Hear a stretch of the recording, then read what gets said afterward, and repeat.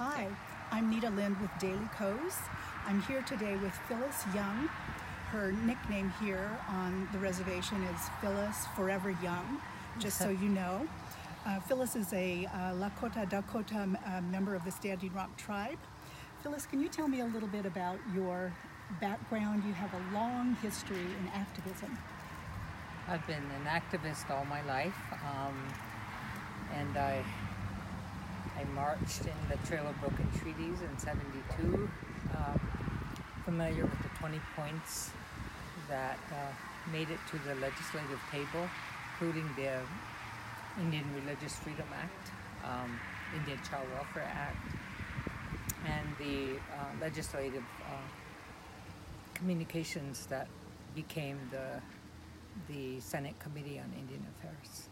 So going back to those days, I'm a co-founder of Women of All Red Nations who took back our motherhood, our womanhood, co-founded that in 1978 to fight the sterilization issue against Native people. Ocheti Shakoi was the target area, and so we've had the largest number of sterilizations in the Aberdeen area for Lakota country. So Phyllis is working with Four Directions, who is on the Standing Rock Reservation today. We have a situation where the votes are being suppressed of the American Indians living here. Can you tell us a little bit about that and what Four Directions is trying to do to get out the vote? Well, we've been in a 6-year struggle to maintain our right to vote and fighting the provisions in beginning in 2013 after the election of Senator Heitkamp in North Dakota for the U.S. Senate. I think it was a surprise, and there was a lot of simmering because President Obama was not accepted, and so the House of Representatives, the House Legislature in North Dakota introduced their bill 1332, 1333 that were provisions for addresses. My experience was that I voted with a U.S. passport, and that was not an acceptable form of ID. So NARF, the Native American Rights Fund, became involved, not because of me, because I ran home and got another ID and I came back and voted, but Turtle Mountain Great Bill, I think his name is, they filed action in the court, and the district judge really upheld the rights of Native Americans and the disparities, and cited the equal protection laws of the U.S. Constitution as well as the state. So, and the reintroduction of the House representative, I'm sorry, I'm speaking of the Congress. The House legislature in North Dakota introduced the final bill in 1339 requiring street addresses on all IDs. So that was in court, contested, and the state, Al Jaeger, the Secretary of State, appealed that to the appeals court.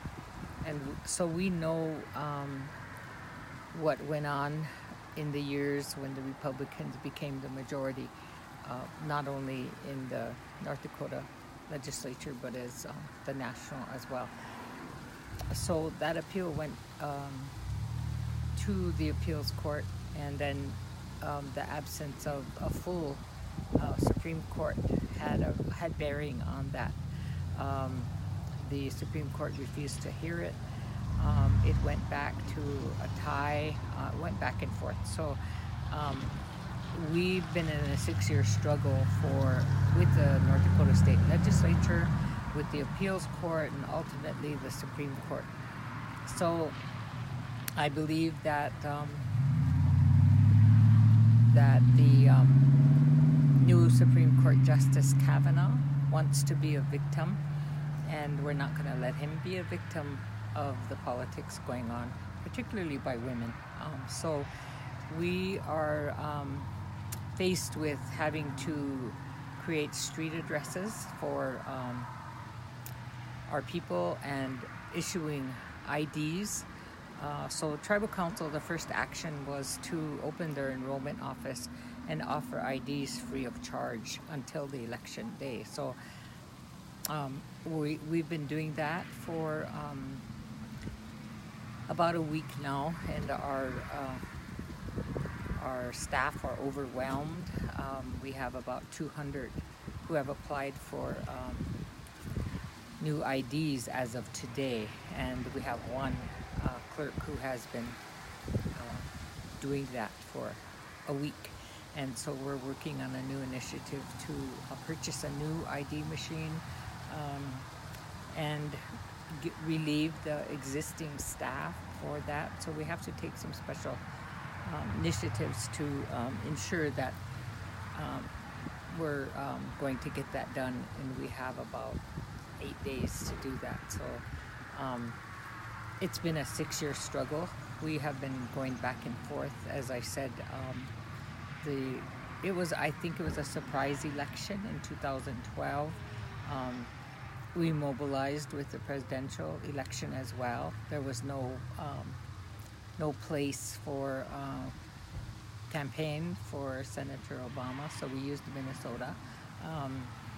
And so we've made a difference historically, Standing Rock, and we're very sophisticated in our own internal election system and process, and so there's nothing about voter fraud in our system.